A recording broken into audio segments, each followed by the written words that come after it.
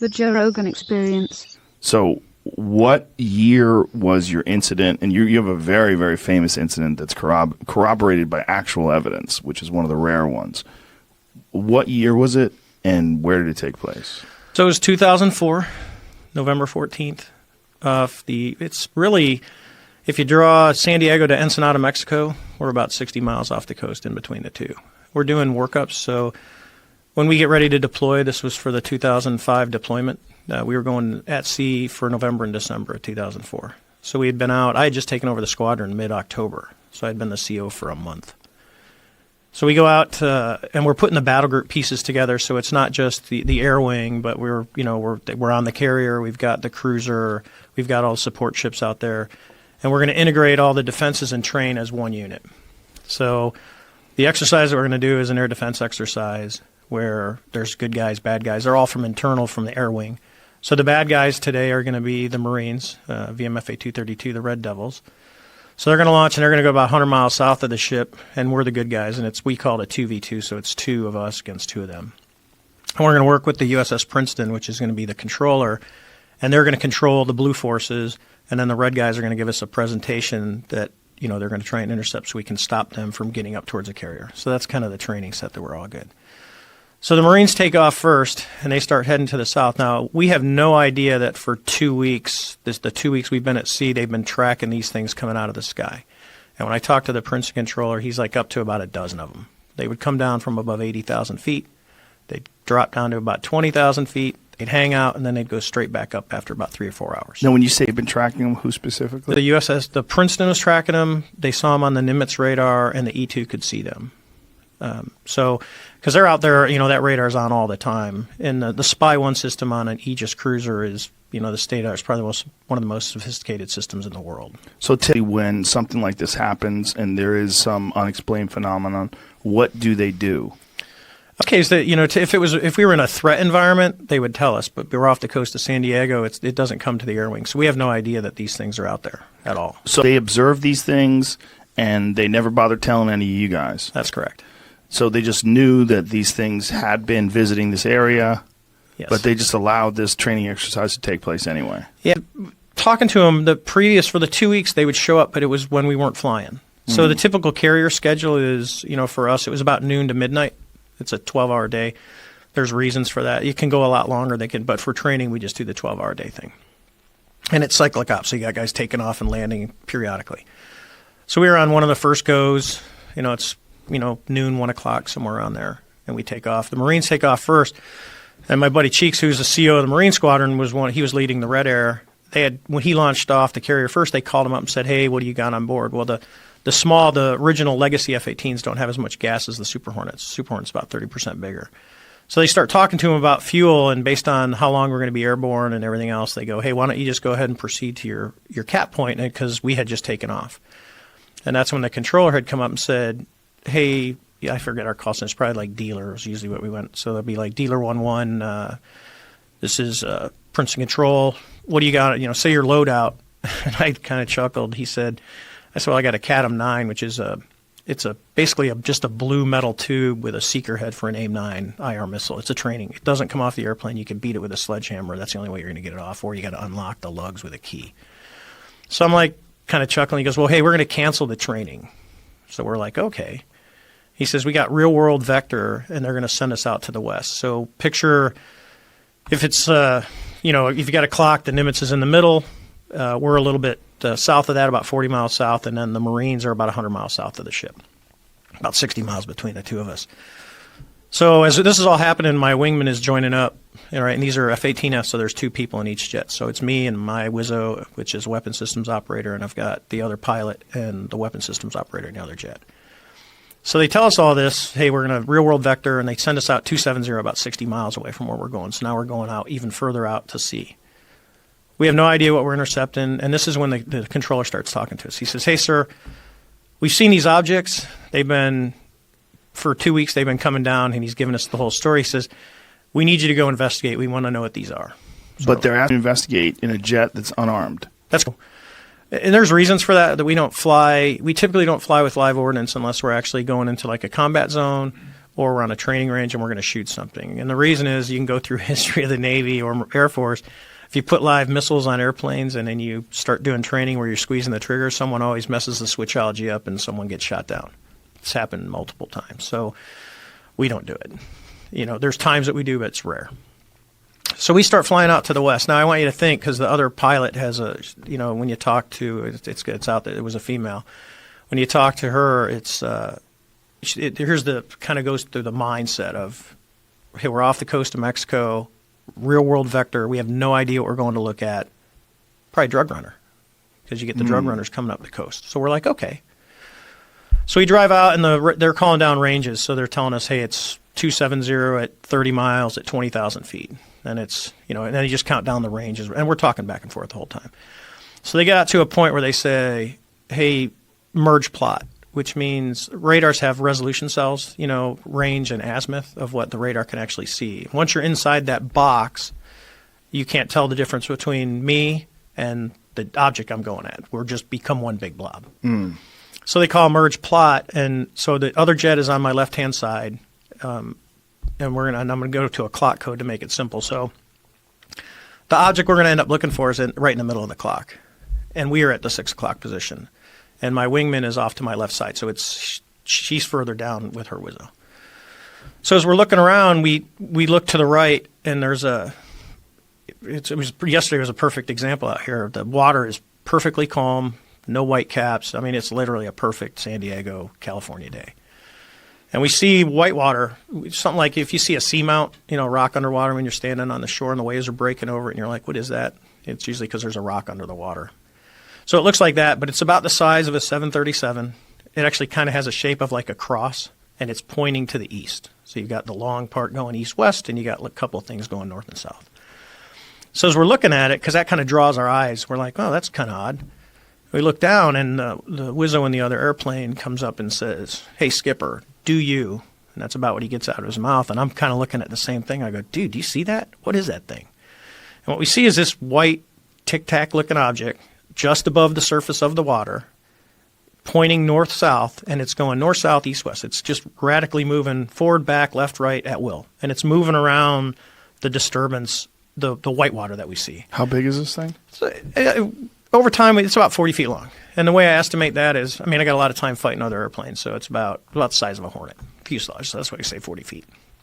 And this thing's just going left. So the first thing you see when you look down, you go, and this is with our eyes, it's not sensors, right? So we're looking down at this thing, and first thing you think is helicopter, right? Helicopters typically stay below 200 feet when we're out there, and they're just driving around. We're pretty far away from the ship for a helicopter for one of ours. So what is it? So the first thing you look for is rotor wash. If you've watched any TV show that starts kicking the water up, and you can see that. It's really easy to see from the air. So we're like, no rotor wash. Matter of fact, don't see any rotors. Don't see any tail rotor. Don't see any, the main rotors. We're like, that's kind of weird. So as we're driving around, we're looking at this thing. We get to about the 9 o'clock position. How far away are you from this thing? I'm at 20,000 feet, and it's right down on the surface, right off our right side. So I'm probably maybe a couple miles lateral and 20,000 feet, and we're just watching it move around. And so it's very small eyes. Not overly small. An airplane down that low, it's 40 feet. You can see pretty well. It was pretty clear. So I'm like, okay. So I said, I'm gonna go check it out. And that's what we're trained to do. The other pilot says, hey, I'm gonna stay up here, and I'm like, that's perfect. So now we'll get some separation. We'll get it from different views, and the other airplane will kind of have a god's eye view of everything that's going on as I go down and check this thing out. So I start driving around, and it's still doing its forward, back, left, right. It's still pointing north-south. We get to about the 12 o'clock position. I'm just in a nice, easy descent. And a reason, because I've been asked, could you go more aggressive? You can, but when you're out over water, the water looks the same at 20,000 feet as it does at 2,000 feet. You don't, so you can easily put yourself in a non-recoverable position if you're not paying attention and you go into the water. So I got this nice, easy descent. I get to about 12 o'clock, and as I'm coming down, I could guess probably about 18,000 feet now, a couple thousand feet below the other airplane. The tic-tac just kind of rapidly goes boop and turns, so now it's kind of pointing east-west, and now it mirrors us. So it's above the surface, we're up high, we're coming down, it starts coming up. I'm like, well, this is getting interesting. So we kind of drive all the way around a circle, I'm descending, it's coming up, and I get over to about the 8 o'clock position on the clock, and it's over at about the 2 o'clock position. Well, the quickest way, as we know as kids, to get someone, you can keep going around the circle. Nothing's going to happen. You cut across the circle. So I'm about, I don't know, probably 2,000 to 3,000 feet above it. And I just kind of drop my nose aggressively and I cut across the circle. And it's coming this way. It's because I'm trying to fly to where it's going to be because I want to join on it. I want to see how close I can get to it. Right. And as I'm pulling up, it's kind of starting to cross my nose and it starts to accelerate. And within about less than a second, as I start to pull nose onto it and it crosses right in front of me, it just goes poof and it's gone. So I call the other airplane and I said, hey, do you guys see that thing? And they're like, sir, it's gone. We don't see it at all. So I'm like, okay, that's kind of weird. So we don't see it. We're looking. At the same time, I say, hey, let's turn around and let's go back to see what was in the water. Was there something there? So we turn around. We're right there. We haven't gone anywhere. It's gone.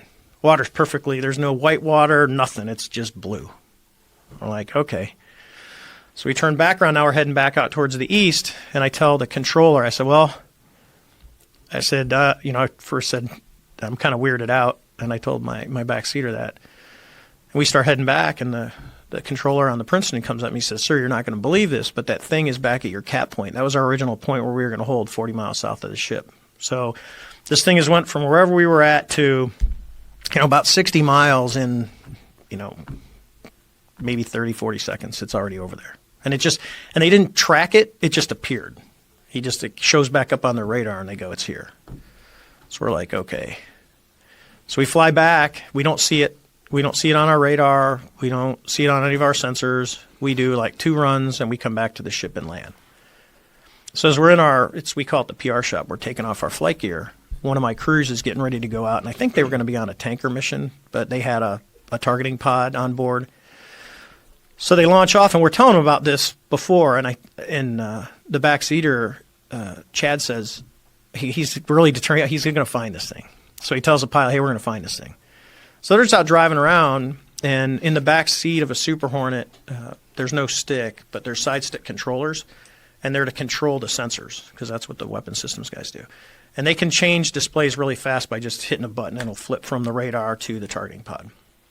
And the way the system actually works is when you see something on the radar and you designate it as your primary target, all the other sensors will look at that point.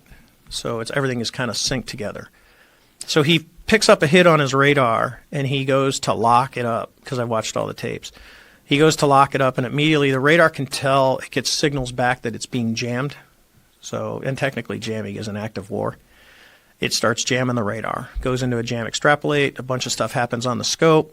Well, he's smart enough to castle to his targeting pod, and he takes a passive track, and that's the video that you see of the Tic Tac where it's just sitting in the middle of the screen real quiet. So he does that, and he goes through, if you watch the video, if we had it, I'd go through it with you, but they go through all the different modes. So he goes, it's an IR and an EO. EO is TV. It's black and white TV camera. We can get the video, right, online? Mm-hmm. Yeah, let's get the video, Jamie. Where would you, can't show it to anybody. We can't show it on YouTube, but you can see it, and people will be able to go to it. You know what we'll do? Go to the video, and we'll tell people when we're starting, and we'll tell people what the title of the video that you get to is, and they can sync it up themselves if they're watching it. It's publicly owned. Sorry. Yeah. It's publicly owned. It's American government released Right. it. So it is actually something in the public domain. So you think we could play it on YouTube, get pulled? Yeah. 100%. You think so, Jamie? It's a government. Those things, yes, we should be able to, but sometimes those things get messy. So Let's take a chance. Okay, Let's take a chance with this one. Okay, all right. I know if you find a New York Times article, there's a link to it. It's a Pentagon release. YouTube is crazy with copyright stuff, and we've always been like 2 steps away from getting pulled off of YouTube completely. It's a real disaster. I understand from their perspective. There's a lot of legal issues they have to deal with, but I have it on a private server. I could maybe send Jamie. The issue, I believe, though, is the actual copyright of the video itself. Oh, it's a Pentagon released public Okay, domain. and the Pentagon's going to come after us. I don't think so. I don't think so either. Did you find it? Yeah, I want to find a good version of the video that doesn't have somebody Jeremy, else's do you know? copyright. Yeah, I've got Okay. a watermark version. Let me just look it up and this send one it has to you. tons of Jeremy will watermarks get all it over to us. I have to figure out how to send it to you right here. Give me a second. Do you have or could you airdrop it? Yeah, but Do I you got have it on copy of a page. I got it on a page, private page. I can send Jamie. Oh yeah, okay. Okay. Okay. Do you have Jamie's info? No. Yeah, Send it- I already done. Okay, I'll figure it Or out. you can where send guys it to me and I'll send it to him. Okay. That's pretty easy. Sorry to disrupt the momentum. No, you're good. But I think it's probably important to be able to have this the video itself, so you could just talk about it. And we're about to yank it up here. Okay, Jamie wrote it down for you. There you Thanks. Give me a second to get it up. go. Okay. And for people who don't know, Jeremy also produced Bob Lazar, Area 51 and Flying Saucers, and he was in here when we had Bob Lazar in, talk about Bob's experience, and Jesus, if that wasn't a game changer for me and for a lot of other people. This is a subject that it's so easy to mock.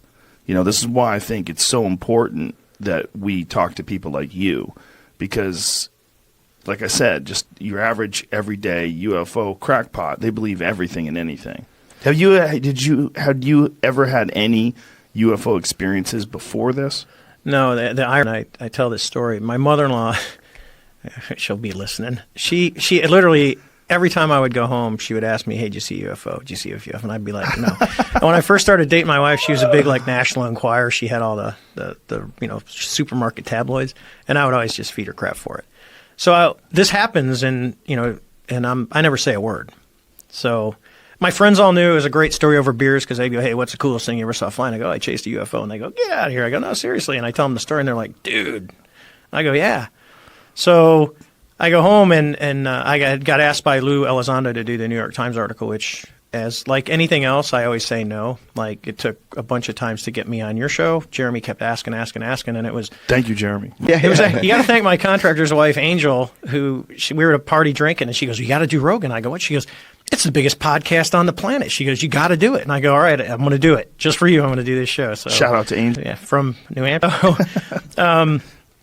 So my mother-in-law, we're sitting there, and I know the New York Times article is going to come out, and so it was at Thanksgiving in when the article came out, 17. So it was Thanksgiving in 2017. And everyone had kind of left the house, so it's just my wife and my in-laws. A couple of us sitting in the kitchen, and I said, "Hey, I got to tell you guys this." They said, "What?" I said, "There's going to be this article comes out in the New York Times, and I'm in it." And they're like, "Yeah." I go, "Well, I chased a UFO." My mother-in-law's like, "Ha ha!" She looks at my father-in-law. He's rolling his eyes, looking at me like, "Oh, are you serious?" And I go, "Yeah, oh, yeah." And she's like, "You never told us." I go, "I never really told anyone." I mean, my wife and kids knew the event happened, but they didn't have all the details because it's just one of those things I just didn't get into.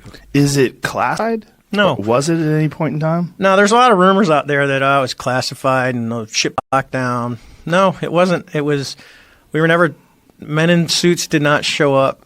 No one told us not to talk about it. And this is because there's a lot of other people saying other things. And I said, look at it. Here's the context. So in the battle group, you've got the admiral, you got the captain of the ship, the captain of the Princeton, and then you've got the other COs.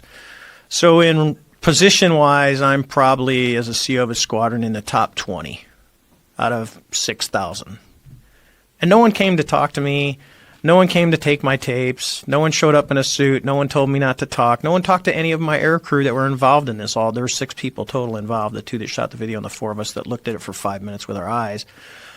No one, nothing. It just, and I can get into how, there's a report that George Knapp got released. I call it the unofficial official report. And I had met someone, and I'm like, "Hey, can you find anything out? I had this incident." And normally when you tell people this, they look at you like, "Dude, what are you smoking?" And I'm like, No, I'm good. I'm tested." And they go, and they said, "Well, let me see what I can do." And I had got a call. I was doing some aerospace work, and I had gotten a call on my cell phone from a guy. And he said, "Hey, I want to investigate your incident." And I go, "Okay." So he did. He investigated the incident, and it was very, very thorough. I mean, if you've read it's about 10 pages long. And he tracked down everybody. He tracked down all the people that were the air crew that were involved. He tracked down the admiral. It was a pretty thorough report. And I didn't think anything of it, because the people word that's out there, so they want to do FOIA, but it was never released in a FOIA request. I actually had the Navy call me. I'd been out of the Navy for like 6 years. And let's explain to people that means freedom of information. Freedom of information. So I got called by a public affairs person from the Navy and said, "Hey, is this Commander Fravor?" And I said, "Yeah." And they said, "Hey, do you know of any documentation on your UFO incident off the Nimitz?" And I said, "Official." And she said, yeah. I said, no, because I knew the report existed, but to me it was an unofficial, because I didn't know where it went. And I had a copy of it, but because it wasn't official, well then years later I find out that the guy who actually did the report was part of the ATIP team. And I was talking to Lou Elizondo, who runs that program, and Lou showed me the documentation of the original. I think it's like 13 people that were part of ATIP, and they were FOIA exempt. And I'm like, well, that's kind of, well, hey, I know that guy. He's the guy that did the report, which is why it never ever came out until George got his hands on it. How does the Freedom of Information Act exempt? Obviously, DOD has the ability, because I'm not a conspiracy theory person at all. I mean, I'll just tell you that. And I think there's reasons that the government doesn't tell the public everything. And I don't speak for the government, but I think there's a good reason for that not everything needs to go out to the public. But most of it does. And what they do is they put a clause on, hey, for this program or whatever we're doing, which would have been an ATIP program, the work that they do and what they find it's not releasable through Freedom of Information Act. There's probably other avenues to get that. And then you go, well, what really is freedom of information? Because I got into this I was talking to someone who's a conspiracy theorist, and they said, well, so-and-so wrote, and they're not getting any information on your event. I said, so what are they going to do? They're going to call up, you're going to put in your request for freedom of information. You go, here's what I want. It goes to some poor guy at the Pentagon who's like, I have no idea what this is. And he searches around. He doesn't find anything. He looks at his bud, and I go, for you. I go, hey, Joe, you got anything on the Nimitz incident? And you go, nope. And I go, okay, well, I didn't find anything. I looked. I did my due diligence, but I'm not going to spend the next 6 months of my life doing your research project for you. Right. So and you get nothing, and then you assume the government's covering up when the government really isn't. They just, the guys doing the research doesn't know where it's at or doesn't have access to it. Sense. Jamie, we have the video? Okay. Here we go. Now, explain what are we seeing and why are we seeing it in this particular Okay, shade? so we'll just kind of go around. So if you look at the OPRs operate on the top corner. NAR is narrow field of view, which is zoomed in. IR at the top middle, it means it's in infrared mode. So instead of seeing color, you're seeing temperature variations. Okay. And these things are extremely sensitive to in like tenths of degrees. They will tell you the difference to color. So it'll go from black to white. So white is hot. So if you look down in the bottom left corner, it says WHT. That's white. It means white is hot. So the object that you're looking at is hotter than the sky around it. But what you also notice is there's no plumes. Now, if you're looking at an airplane, when you get closer, you'll actually see the exhaust coming out, and there will be a really glowing plume. That's important as we look at the video. And then most of the stuff on here you really don't need to know. What you can look at is the bottom right corner. It says 19,990 and a B. That's the altitude. And if you look up in the little words where it says HDG and then LT, it's autopilot. So it's on altitude hold. It's just flying for that. So you can go ahead and play the video. And so those two bars next to the white object, that's a passive track. So what he's done is he's commanded the FLIR to track that. So the system does is it uses, it's actually tracking, it can track pixels, and it's just basically block those hot pixels, those white pixels from the black ones. And then you're going to see now, pause it real quick. So up at the top, see it went to a white screen with the black object. This is a black and white TV mode. And if you look at the top, it says TV. So narrow in TV mode is actually, you can get closer than narrow in IR. It's literally narrow in IR is about medium in TV mode. So you can get closer with the TV mode. So as you look at it now, in this case, you would actually start to see stuff going on. And even in TV mode, because you get exhaust, the black exhaust that comes out, you'll usually be able to see kind of some of that coming out of the back, and you don't see anything. This thing's just sitting there. And if you look at the top where it says 3 right, that's the pod is looking 3 degrees right of the nose of the airplane, right? So he's just flying along. The bottom numbers, don't worry, those are time. So it's 41:56. So go ahead and hit play. And what he's doing is Chad's going through all the different modes because he's like, oh, I got it. And he's going to try and see the best video that he can get. Now, there's rumors that this video is like 10 minutes long. No, what you're looking at is the entire video. Now, notice where it says 99.9. So hit pause real quick. What that means is while he's got the targeting pod, because that's his primary sensor right now, the radar is still trying to look at this object and trying to range it, and the radar can't get ranging on it. So the object is doing something to say, I'm not giving you back, because it's just a Doppler radar, just like a police radar is a Doppler. It's trying to get a ranging on you, and it can't do it. So when it says 99.9, the radar cannot see this object right now. It's not allowing it to get ranging. And I think that's super important the way he explained it to me. Active jamming compared to passive jamming. This is a technology that is actively jamming this system. Rather than like stealth aircraft, which is the shape and the texture of the... Yeah, it's because everyone thinks stealth is invisible. It's not. It's a technology to basically make it harder for radars to see you.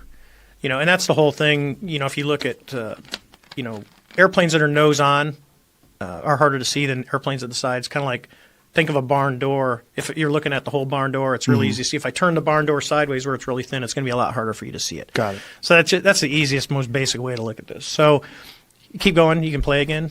And you can look, the airplane is still sitting at 20,000 feet. It's doing 250 knots. He's going to go through different modes and try and lock it. And it's just kind of sitting, and all of a sudden, as the video goes on, I think it's a minute and a half long. See, it's going to try and reacquire. It recenters the pod. So it's slowly drifting to the left. The Hornet is still going the same heading, just kind of hanging out. And they're just filming this thing. And then when they get close, it's going to zing off the left-hand side. When you see it on a full, because this, you think digital, you'd be able to get a one-for-one copy. Unlike, when you copy your album to a cassette, you lose a little quality. Well, you still do in digital world. And off it goes to the left. And that's pretty fast to leave that field of view. When we have big monitors that we look at these when they come back, so we're looking at the original tapes. So play the end of that again, please, Jamie. So when it's taking off, how fast, when it just leaves the field of view and takes off to the left, how fast is that going? I would say fast. It's an estimate. If we had ranging, you could obviously do the triangle and go, hey, because we know how big the field of view is. But for something to leave the field of view that fast with the pod just staring is pretty fast. I mean, it's like out of here. Like nothing? No, because we can't. I don't care what airplane is. So let's just use the F-22 Raptor. That's probably it's probably the best airplane in the world right now, performance-wise. It can't take off like that, especially if it's a hover. I mean, you're talking something that's just sitting in space in the wind, and then it just all of a sudden accelerates. Airplanes don't work that way. And it's not an exhaust plume. Notice there's none. And when you go back to the Jamie, IR at the end? Even in the IR. See, there's IR zoomed in, and there's no. You would see a plume if that was an airplane. It's creepy how it takes off. Yeah. With act jamming, it's intelligently controlled. There's no rotors, there's no plumes, there's no exhaust, there's no tail fin, there's no tail number. This thing goes from a standstill, takes off. It's a propulsion system we don't have in our inventory, and no other nation does. That's how it's understood by the government. Now, so if the fastest plane on Earth was trying to do that same maneuver, this system would be able to track it? It would stay with it until it got to the limits of the pod, as far as looking to the left. But right. And the radar would see it.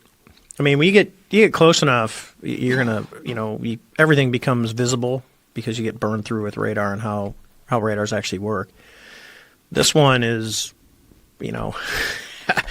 you tell me, but this was performance beyond. I mean, it's like when we saw it disappear when it flew in front of my nose. I mean, I'm talking something, I'm within a half mile of it, looking at it. And it gets in front of me and just disappears. So we'll just go to something that everyone knows is fast. Let's just say SR-71 that's doing Mach 3. The visibility is 50 miles. So even at 35 miles a minute, I'm going to be able to see this thing turn into a little dot as it goes off into the horizon for probably a minute. The thing that we saw disappeared in a second. Just gone. And that's from two different angles. Remember, the other airplane's 8,000 feet above me because we get close to it at about 12,000 feet. So the other airplane's above me looking down, and when it disappeared, I said, "Do you guys see it?" And they said, "No, it's gone." It just literally was poof.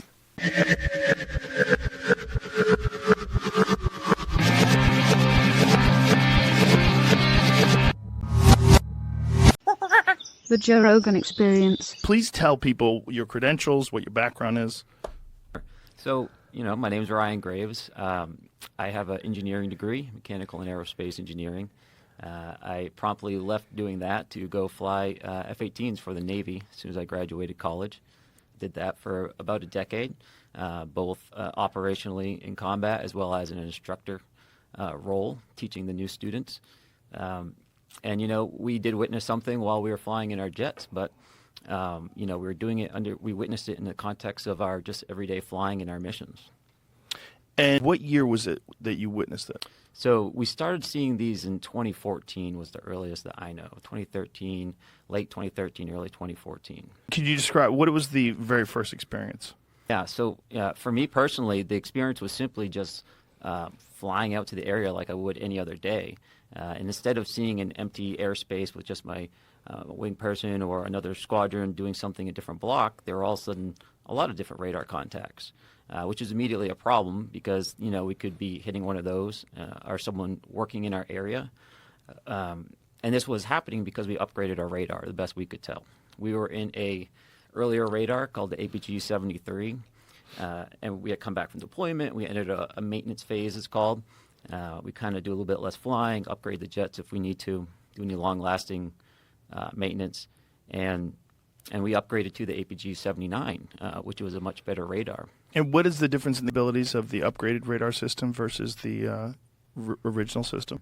So, kind of practically speaking, it's like going from an analog TV essentially to like an OLED. It's, a modern tool compared to more of like an analog classical radar that has more limited range and has less ability to track multiple targets and things of that nature. So just generally speaking, we would expect to see, more objects if there were any out there or smaller objects, but there shouldn't have been any objects out there. And so how far offshore are you when this is all going down? Our working areas start about 10 miles off the coast, and then it goes out, 100 or 250 miles or so, though we don't usually use those far eastern areas. But we would only see them over the water. So they would really only be in our working areas, maybe slightly, in between the working area and land, but never over the land.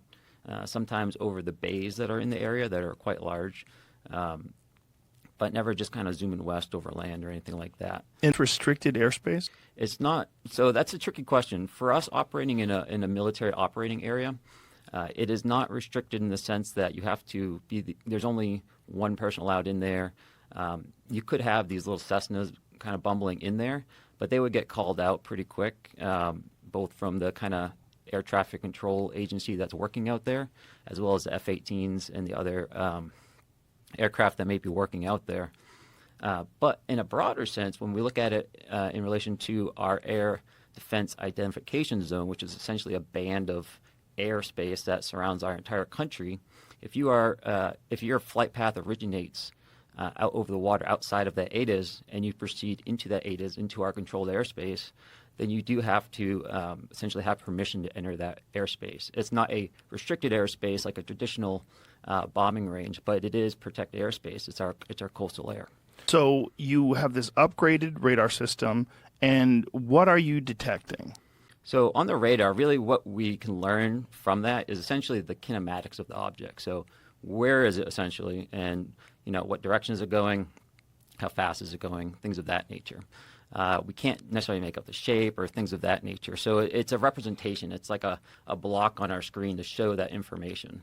And so when we see that on our radar, we can tell, where it's located, perhaps what's located around it if there's other objects we're detecting, how fast it's going, what direction it's pointed in, what direction it's traveling in. So we call that velocity vector. So if we see this essentially little circle, it'll have a tail coming off of it. And that tail kind of represents the nose of the vehicle, at least as its flight path is going. And so with that, we would typically see an aircraft just kind of trudging along with a straight line, taking occasional turns. But these objects had a little bit more of a, I don't want to say random, but more less controlled flight path. That velocity vector would kind of jump around a bit more.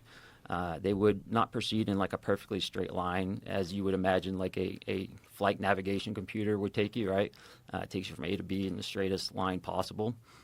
These objects seem to kind of be moving in a direction that was not a straight line, but generally proceeding in that direction. And so they would kind of be meandering slightly, but moving in that general direction, both three-dimensionally and horizontally. So being around, going up, going down. Mm-hmm. So they're not on a flat plane, and they're not going in a straight line. I don't want to draw too many firm statements like that because we would see them being flat, too. We'd see them perfectly stationary up there, regardless of the wind. Really? Mm-hmm. Yep. Wow. Oh, gosh. I mean, at altitude, you can have anywhere up to 100, 120 knots of airspeed. What is that in miles per hour? It's about 100, 130, 140 miles an hour. So they're completely stationary with 140 mile an hour wind. Confusing to me as well.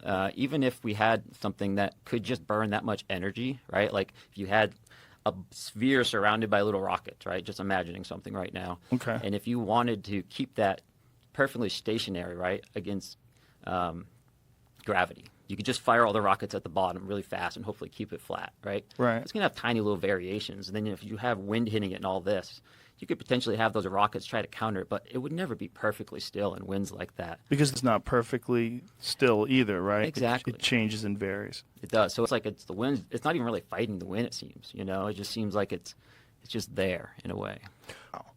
So the first time you see these things, what are your thoughts?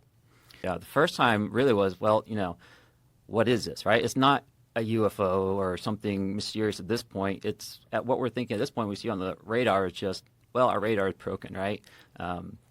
These perhaps don't represent physical objects yet because we hadn't, visually seen these or seen them on our camera yet. And so, we kind of like, hey, what's going on here? Is anyone else seeing this kind of thing? But not really like investigating it, right? It's just kind of like, all right, there was stuff out there, but maybe next time we'll take a look.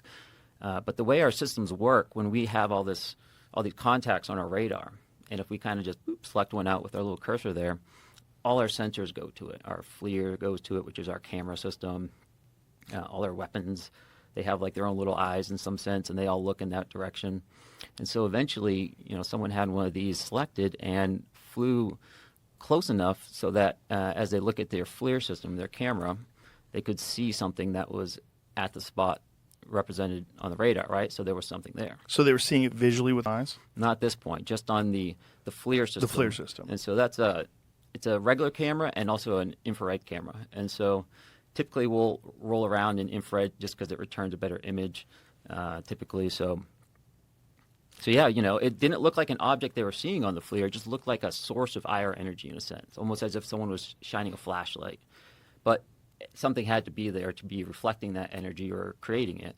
So at this point, to answer your question, now we're like, okay, this isn't just an error in our radar. This is perhaps, we're thinking this is real. We have to really respect this as like a safety hazard now. Even if it's just a small, however small ribbon of tinfoil, right? Like that suck down the engine can still take out an aircraft, right? So we have to be very respectful of that. Like a balloon type thing? But how fast are these things going? So sometimes stationary, right? Sometimes they would be going around 0.6 to 0.8 Mach, which is at altitude about, 240 to maybe 330 knots, around there. So we're in the range of an airplane. A fighter aircraft would be kind of flying around at those airspeeds, except sometimes they would be perfectly stationary as well. Right. It's not exhibiting any sort of patterns that you've recognized in the past. No, they have actually. So, But not stationary, no, right? For the stationary, no. With the meandering kind of flight path, no. But I would also see them essentially fly what we call a racetrack pattern. And essentially what that means is they fly in a straight path, and then they do like a 180-degree turn in a certain direction. Then they fly a straight path, then turn again. So that's what we call a racetrack pattern as opposed to a circular holding pattern. We did witness racetrack patterns. In fact, I think there's been some cases off the West Coast just the past couple of weeks where people have also been observing objects flying in racetrack patterns high at altitude with lights. So I do recognize that behavior, but I don't necessarily think that means we have to attribute it to normal behavior necessarily. That type of flight path is important because it's a very efficient way to fly, right? If you have to maintain the position in a certain area, you want to minimize how much you're turning. Because anytime you're turning in an aircraft, you're using more energy than if you were just flying straight and level. And so by having a racetrack pattern, it's an efficient way of holding in a position by maximizing straight and level time and minimizing your turn time. And how long would these things stay up there for? So from our experience, and again, we weren't studying these, but they were always out there. They were out there when we took off, we'd see them, and then we go to land, they would still be out there. Like every day? Every day. Every day? Every day. So you guys go from not having any idea that these things are out there to an upgraded radar system to seeing them every day. What is the thought? Like, how are you feeling when these, is there an evolution of the thought pattern of how you're addressing these things and thinking about them? Initially, you're thinking they're errors. When do you start getting a thought that, what the fuck is this thing? So that happened when we visually saw one. And the first time we visually saw one, The object was directly at what we call the entry point of the area. So, that box that I told you about in the sky that starts 10 miles off the coast, there's a particular GPS, location and altitude where incoming traffic will fly in, and outbound traffic will fly in the exact same spot, but will fly out 1,000 feet lower. There were 2 aircraft from my squadron, VFA 11, and they flew, took off as a flight of 2. That means they're essentially flying in a formation like this. And as they hit the area, one of these objects went right between the aircraft. The lead air crew saw the object. The Dash 2 aircraft crew did not, which is not surprising because they're usually, you're very focused on flying formation. You're just staring right at that aircraft. The lead really has actual leeway to look around. So he saw it, and, he immediately came back. I have to assume he didn't have it on his radar because he wouldn't have flown through this object at the entrance point. He turned around, flew back, landed, and I was in the ready room when he come back, and he had all his gear on, which typically is not a good thing because you want to get that stuff off as fast as possible. So usually means there's a problem of some nature, and he was just sitting there saying, "Hey, I almost hit one of those damn things." And we all knew what he was referring to, even though we didn't necessarily have a name for it, just because we were seeing these so much. And he described it. He described it just as a black or dark gray cube, and that cube was inside of a clear or translucent sphere. And essentially, the apex or the corners of that cube, best he could tell, were touching that inside of that sphere.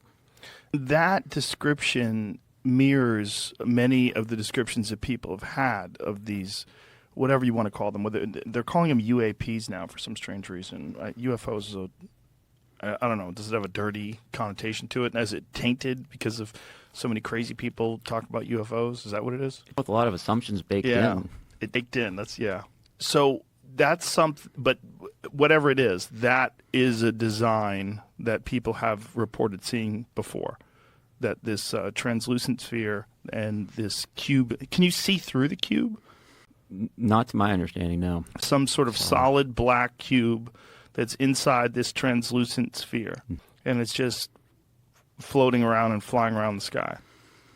So, that's a good point. Is it floating around? Is it flying around? It's doing both, which is strange, right? Because you could think of that description and go, okay, that's kind of some kind of weird balloon maybe with stuff in it. And that's certainly, one way. If you just view that angle of it, then it seems explainable. But when that, the balloon-like object starts cruising around at, 0.8 Mach, that nullifies that particular idea. And you'll see that a lot where it's not just like that one picture, that one behavior. It's really, you kind of have to zoom out a bit and look at everything in relation to each other and say, okay, why is this weird? Okay, it was hanging out in a racetrack pattern. That's not exotic. But when you learn it was doing it for, perhaps 13 hours.